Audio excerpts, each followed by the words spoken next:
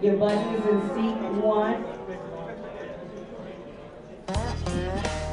Okay, your buddies in seat 1. Very soon, we will introduce one of you as our newest HPT champion in front of over 100 million households worldwide. But first, 6 of you will rise up from this main event field into our final table where we will crown an HPT champion and award life-changing money. In a field that started with 379 players, one by one they were whittled away over 2 days. As day 2 continued on, we found ourselves closer and closer to the money bubble. Some of the pots were small, others were bigger. 3-bet, 4-bet, 5-bet, and he 6-bet, or called the 5-bet with jacks and got In there. this hand, jacks beat aces and kings with a straight on the river, and the loser didn't want to talk very much. I don't want to talk right now. With the stack showing 7 to the jack, gon' cry to your mama, cause I'm sending you back. I'll be the last man standing with the money in my hand. I'll be the last man standing with the money in my hand. Last man standing with the money in my hand. I'll be the last man standing with the money in my hand.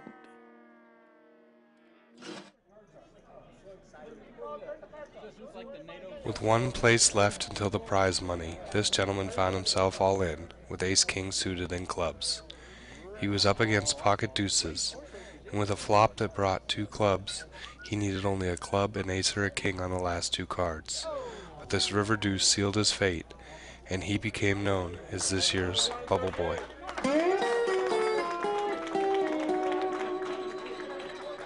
I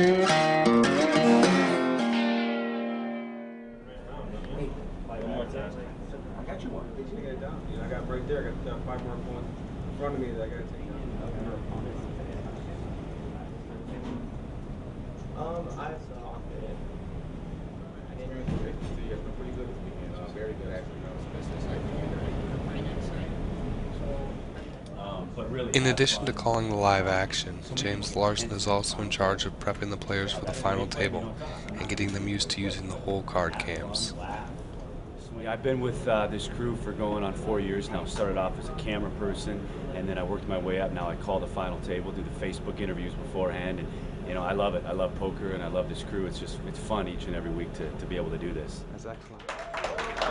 Hello everyone, and welcome to HPTpoker.com. It's James Larson here in Gary, Indiana at the Majestic Star Casinos. As you can see, our final 6 players are here at this televised final table. Thanks so much for joining the web stream. We're going to find out who our newest HPT champion is going to be. And right now, we still have 6 left. They're all trying to be that next HPT champion, go home with just over $133,000. The button is on seat number 3. First to act will be your seat 6. His name is Andre. Do me a favor, studio audience. Give these 6 a big round of applause.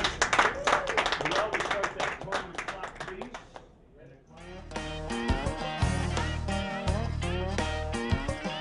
And I'm the one with the stack showing 7 to the jack, gon' cry to your mama, cause I'm sending you back. I'll be the last man standing with the money in my hand. I'll be the last man standing with the money in my hand.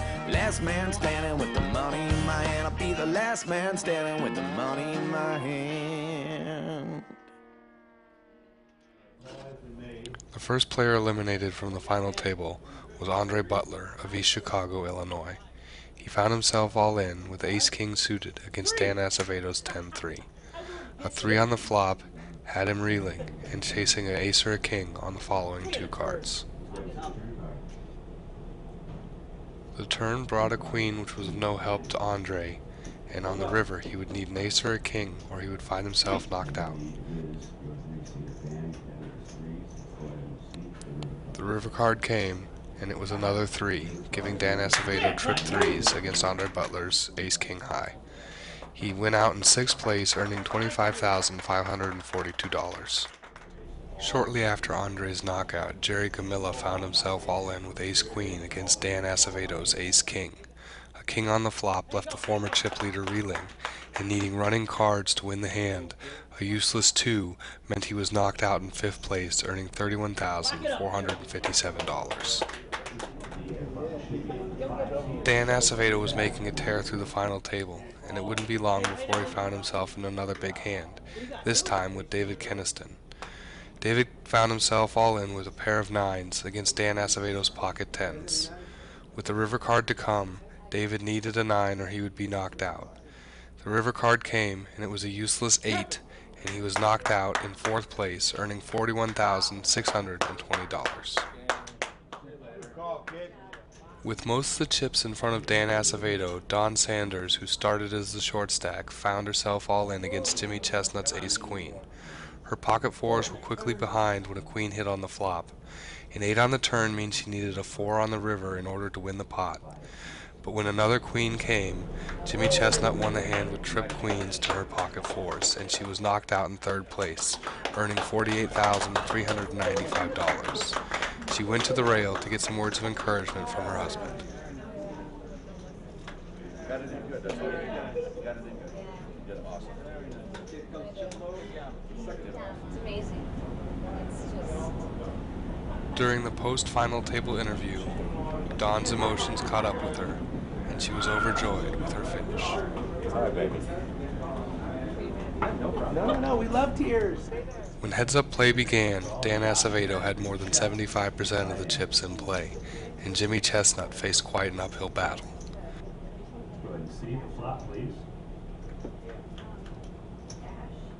After less than an hour of heads-up play, this river ace sealed Jimmy Chestnut's fate.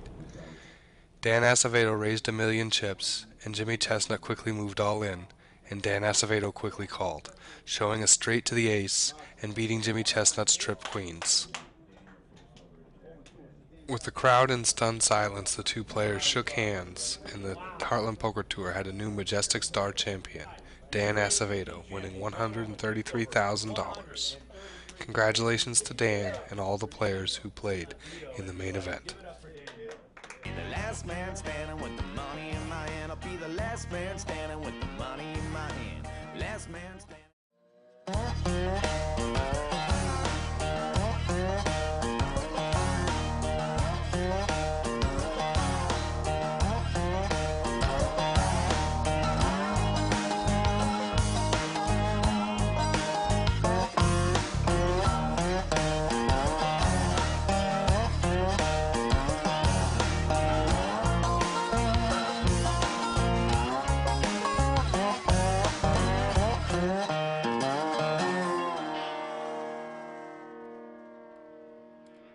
Well, as you can look around, this is the fun part of the day. This is what we call the teardown.